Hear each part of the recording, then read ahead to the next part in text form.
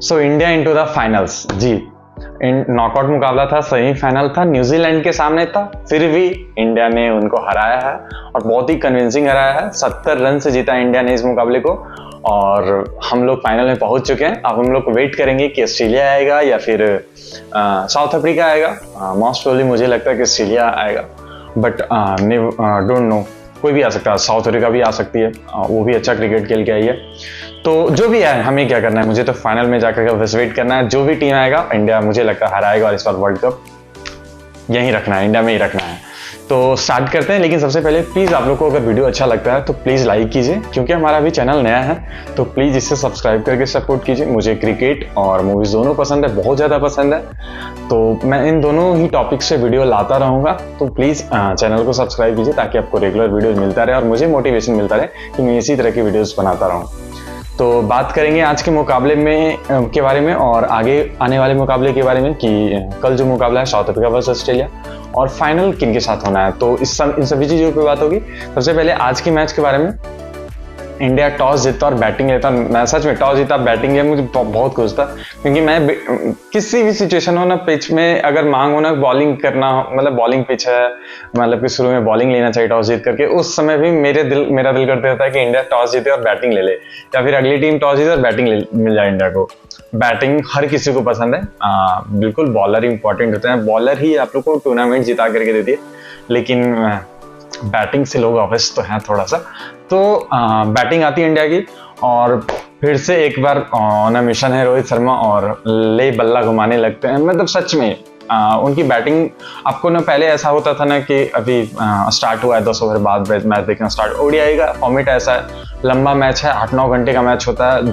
जो लोग बहुत ज़्यादा बिजी होते हैं वो लोग क्या करते हैं कि हाँ मैं 10 ओवर बाद आऊँगा, 5 ओवर बाद आऊँगा, फिर लास्ट के 20 ओवर देखूंगा, इस तरह की चीज़ें होती है। लेकिन क्योंकि रोहित शर्मा कैप्टन है और ओपनर है और उनके साथ शुभमन गिल खेलते हैं, दोनों ही तेज खेलते हैं। और स्पेशली रोहित शर्मा तो खैर उनकी बैटिंग आप किसी भी समय चलते रहे, आप स्क्रीन से हटोगे नहीं। और वही होता है, आते हैं छक्के और चौके तो इतनी ईजिली लगाते हैं। मतलब बोल्ड का खतरा था, पता नहीं खतरा था या फिर बोल्ट को रोहित शर्मा से खतरा था, ये आज हम लोगों ने मैच में देखा।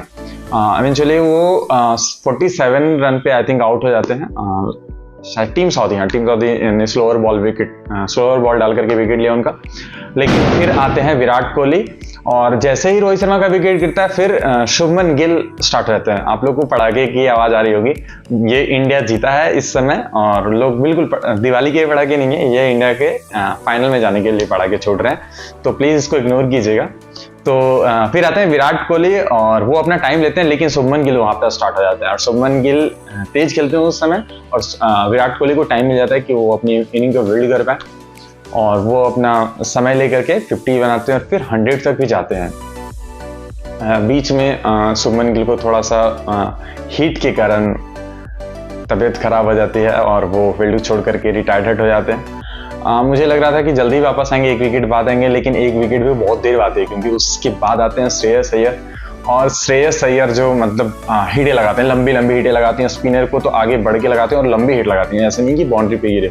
मतलब जब इनके स्पिनर के सामने हिटिंग देखोगे तो बिल्कुल रेंज हिटिंग टाइप रहती है और काफ़ी दूर छक्के लगाते हैं। श्रेयस अय्यर आते हैं लगभग 150 के स्ट्राइक रेट से, हाँ प्रॉपर 150 के स्ट्राइक रेट से उन्होंने शतक बनाया। आज की पारी उनकी रही है और बिल्कुल ही विराट कोहली जो स्लो कहेंगे या फिर वो जिनका उनका खेलने का तरीका यही है कि वो अपनी इनिंग बिल्ड करने में टाइम लेते हैं। बहुत कम ऐसे होते हैं जो कि आते ही वो मारना स्टार्ट कर दें, और वैसे अगर स्टार्ट करते हैं तो विराट कोहली बहुत बार वैसे आउट भी होते हैं। और हम सभी लोग चाहते हैं विराट कोहली इसी तरह से खेले ताकि एक तरफ से एक एंकर इनिंग हो।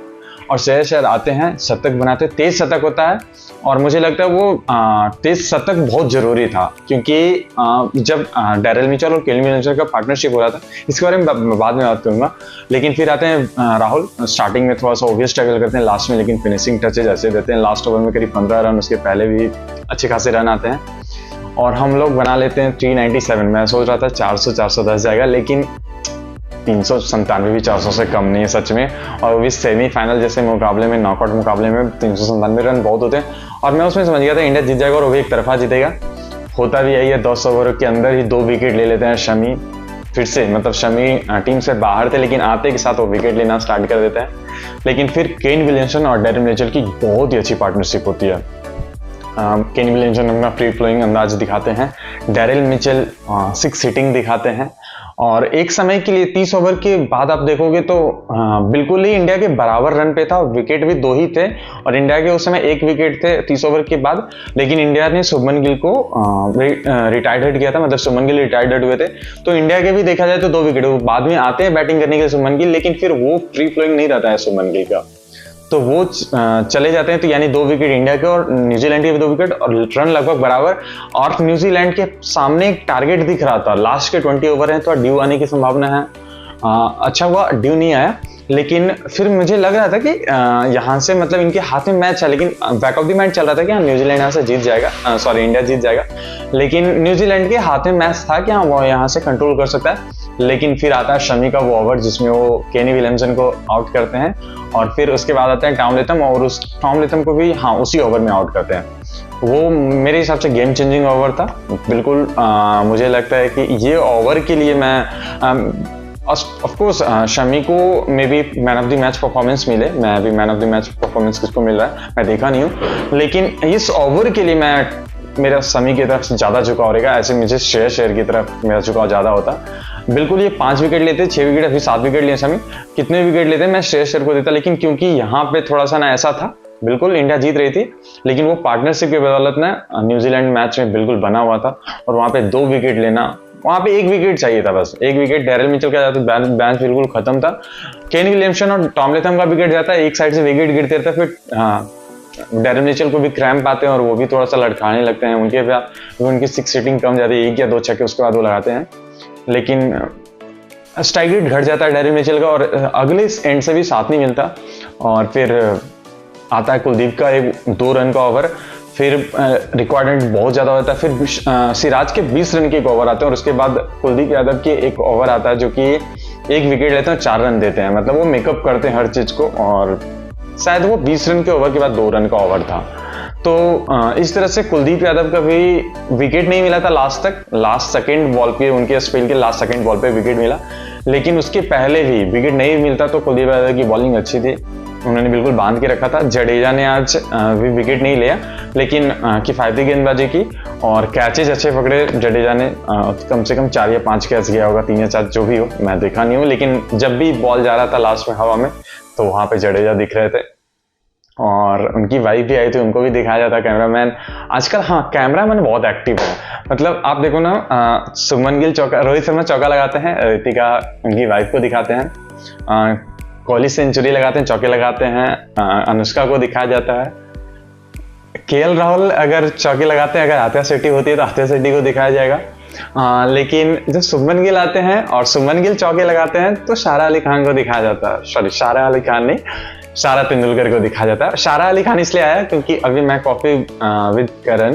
का एडवर्टीजमेंट देख रहा था, मैच के दौरान नहीं चल रहा था, वहां पे भी इसको लेकर के उन लोगों ने चर्चा किया कि आपको लेकर के काफी चर्चे होते हैं शुभमन गिल के सामने, तो वहां पे सारा अली खान ये क्लैरिफाई करती है कि मैं वो सारा नहीं हूँ जिस सारा के बारे में सारे लोग बात कर रहे हैं, मतलब इसी तरह से कुछ उन्होंने बताया। तो सारा तेंदुलकर को दिखाते हैं, तो क्या कैमरामैन समझते हैं कि उनकी वाइफ है या फिर फियांसे है, पता नहीं। और हद तो तब हो जाता है जब श्रेयस अय्यर आउट होते हैं या फिर सेंचुरी लगाते हैं तो धनश्री को दिखाते हैं, धनश्री या फिर युजवेंद्र, पता नहीं, क्योंकि युजवेंद्र तो ऐसे भी ग्राउंड पे बैठे हैं, जब विराट कोहली सेंचुरी लगाते तब भी दिखाना चाहिए आपको, लेकिन श्रेयस अय्यर लगाते सेंचुरी, तो धनश्री को दिखाने का क्या मतलब बनता है मुझे नहीं पता, लेकिन रूमर है, बिल्कुल भी रूमर में कोई दम नहीं है, लेकिन कैमरामैन एट हिज वर्क, वो हमेशा रहते हैं अपने काम पे। इंडिया फाइनली ये मुकाबला 70 रन से जीत जाता है, जो कि मुझे लगता है बहुत ही कन्विंसिंग विन था ये, और फाइनल में चला गया है। अब देखना होगा कि कौन आता है, साउथ अफ्रीका आता है या फिर ऑस्ट्रेलिया, मोस्ट प्रोबेबली मुझे लग रहा है ऑस्ट्रेलिया आएगी, लेकिन साउथ अफ्रीका भी आ सकती है और कन्विंसिंग विन के साथ वो भी आ सकती है, तो कोई नहीं जानता। फाइनल में जो भी है, छठ के दिन ये मुकाबला होगा, फाइनल का पता नहीं कैसे कैसे मैनेज करूंगा मैं, क्योंकि मेरे यहाँ छठ होता है और मैं मुकाबला शुरू से अंत तक देखना चाहता हूँ, लेकिन छठ पहले है, फाइनल भी बहुत टाइम बाद आता है, लेकिन मेरे लिए छठ इंपॉर्टेंट है, और मैं उस दिन 2 घंटे का ब्रेक लेकर के मैच देख लूंगा, क्या जाता है यार। ओडीआई का मुकाबला है, 8 घंटे 9 घंटे का मुकाबला है। तो इसी के साथ अगर आपको वीडियो अच्छा लगे तो प्लीज़ वीडियो को लाइक कीजिए, वीडियो ज़्यादा अच्छा लगे तो वीडियो को शेयर भी कीजिए, और प्लीज़ चैनल को सब्सक्राइब कीजिए क्योंकि हमारा अभी नया चैनल है। अगर आप भी कुछ इस आज के मैच के बारे में या फिर कल के मैच के बारे में कुछ बताना चाहते हो तो प्लीज़ कमेंट बॉक्स में कमेंट करके बताइए। सो देखते रहिए यो अल्टीमेट गाइड। Thank you.